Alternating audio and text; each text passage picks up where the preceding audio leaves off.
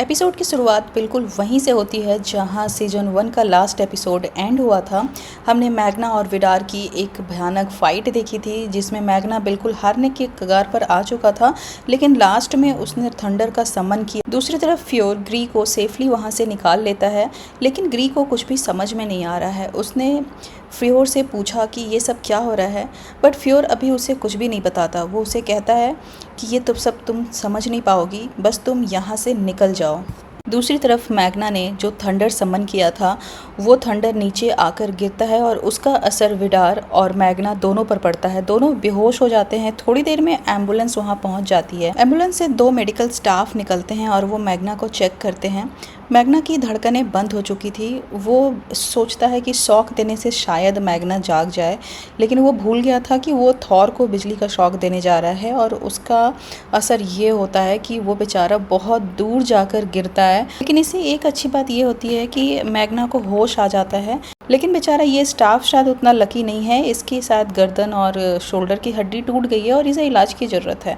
दूसरी तरफ मैग्ना देखता है कि विडार भी कुछ दूर पर बेहोश गिरा पड़ा है। बेहोश है या उसकी जान जा चुकी है, ये देखने के लिए मैग्ना उसके पास पहुंचता है। उसकी आंखें बंद होती है, वो बिल्कुल ही बेसुध पड़ा होता है, लेकिन अचानक वो मैग्ना का गला पकड़ लेता है और विडार अपनी जाइंट वाली आंखों से मैग्ना की तरफ देखता है और कहता है कि एंसेंट लैंग्वेज में कहता है कि अभी तो कुछ ख़त्म नहीं हुआ है, अभी तो ये शुरुआत है। फिर अगले सीन में हमें 2 न्यू कैरेक्टर्स दिखाए जाते हैं, जिसमें से इस बूढ़े को तो हमने सीजन 1 के फर्स्ट एपिसोड में देखा था, लेकिन अभी तक कोई खास इंपॉर्टेंट रोल नहीं था।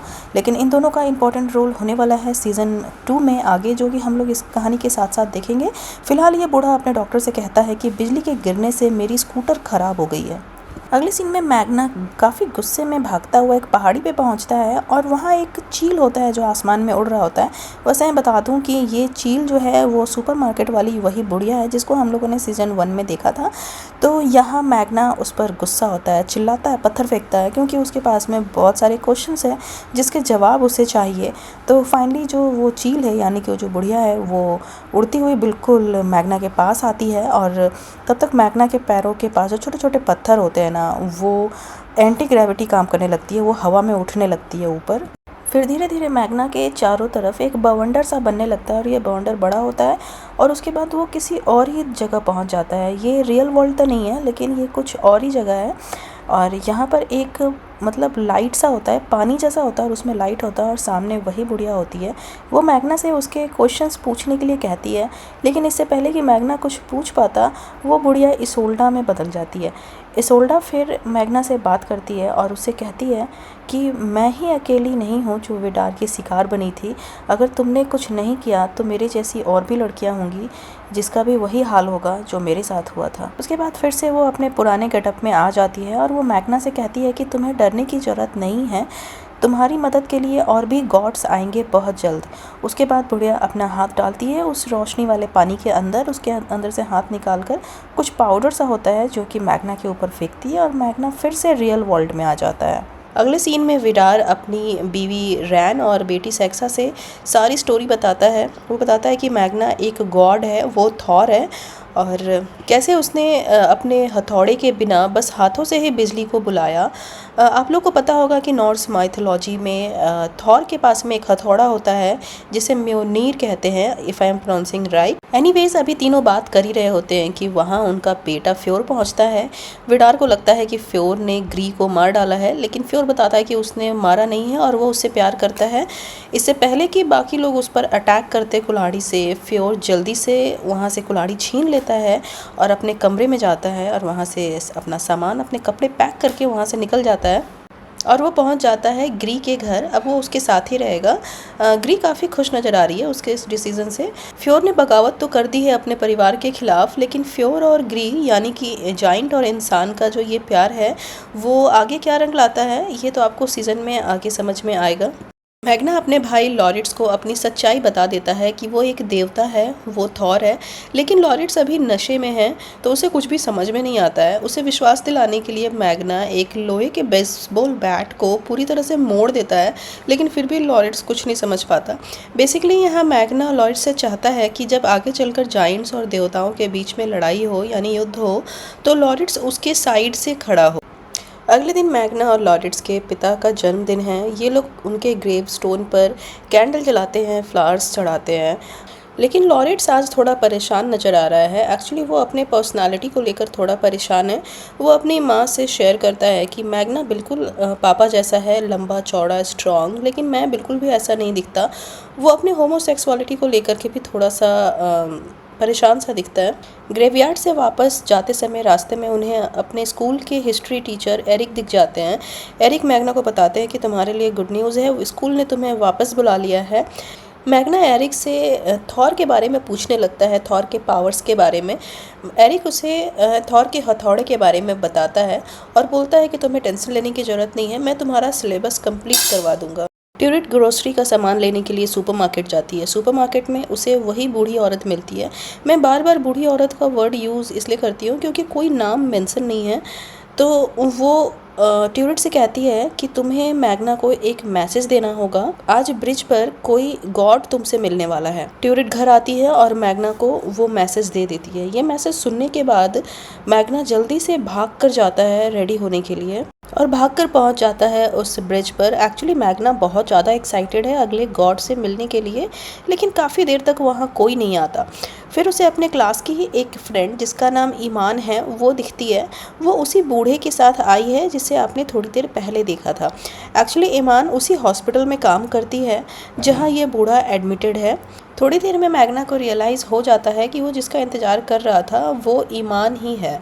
मैग्ना ईमान को अपने घर लेकर जाता है और उससे उसके स्पेशल पावर के बारे में पूछता है, लेकिन ईमान को अपने पावर के बारे में कुछ भी पता नहीं है अभी तक। और ईमान के पूछने पर मैग्ना अपने पावर्स ईमान को दिखाता है। वो उसे एक चेयर पे बैठाकर उसके हाथ में बहुत हैवी सा एक कंप्यूटर देता है और जस्ट एक हाथ से उस चेयर को घुमा रहा होता है। उसी रात मैग्ना और लॉरेंस अपने घर पर एक पार्टी दिए होते हैं जहां काफ़ी लोग पहुंचते हैं और वहां ग्री और फ्योर एक साथ पहुंचते हैं, जिन्हें देखकर मैग्ना को काफ़ी बुरा फील होता है। अगेन एक पेनफुल मोमेंट है। हमें पता है कि मैग्ना जो है वो ग्री को पसंद करता था, लेकिन ग्री फ्योर को पसंद करती है। पार्टी में ईमान मैग्ना के पास आती है और उसे कहती है कि उसे अपने एबिलिटीज़ के बारे में पता चल चुका है। वो अपने पास बैठे एक दूसरे लड़के से कहती है कि तुम मेरे लिए ड्रिंक लेकर आओ। वो लड़का मना कर देता है। फिर ईमान उसे बहुत ही अजीब नज़रों से देखती है। बेसिकली वो उसे हिप्नोटाइज़ करती है और उसे कहती है कि तुम मेरे लिए ड्रिंक लाओगे और अपने घुटने पर चल कर जाओगे। और सरप्राइजिंगली वो लड़का बिल्कुल वैसा ही करता है। वो अपने घुटने पर जाता है और ईमान के लिए एक ड्रिंक लेकर आता है। पार्टी ख़त्म हो जाने के बाद ट्यूरिट थोड़ा ड्रंक होती है और वो लॉरेंस को बुलाती है। उससे कहती है कि अगर तुम खुद को मैग्ना से अलग समझते हो तो उसके पीछे एक कारण है। और यहाँ पर लॉरेंस को वो एक बहुत बड़ा राज बताती है। वो कहती है कि तुम मैग्ना के सगे भाई नहीं हो, विडार के बेटे हो। मैग्ना ईमान को लेकर पहुंचता है एक मैकेनिक के पास। एक्चुअली वो इस मैकेनिक से अपना हथौड़ा यानी कि थॉर का हथौड़ा जो है वो बनवाना चाहता है।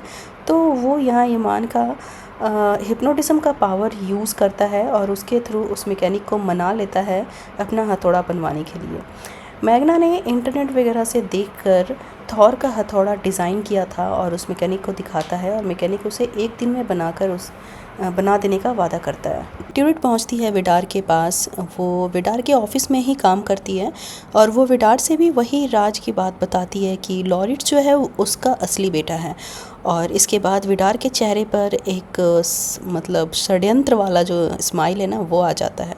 और इसके बाद इस एपिसोड के आखिरी सीन में हम विडार और लॉरेंस को एक साथ देखते हैं और इसका सीधा सा मतलब यही है कि लॉरेंस उसे अपने फादर के तौर पे एक्सेप्ट कर लिया है और उधर मैग्ना भी इन दोनों को साथ में देख लेता है। और एक बात तो बिल्कुल क्लियर हो गई है कि जब जाइंट्स और गॉड की वॉर होगी तो शायद लॉरेंस जाइंट्स की तरफ से ही खड़ा होने वाला है।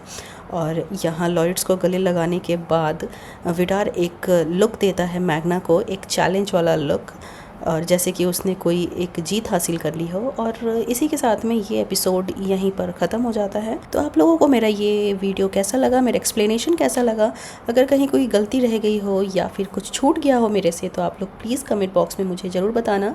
और मैं बहुत जल्दी फिर इसके सेकेंड एपिसोड के साथ यानी कि सीज़न 2 के सेकेंड एपिसोड के साथ मिलती हूँ। Till then bye bye.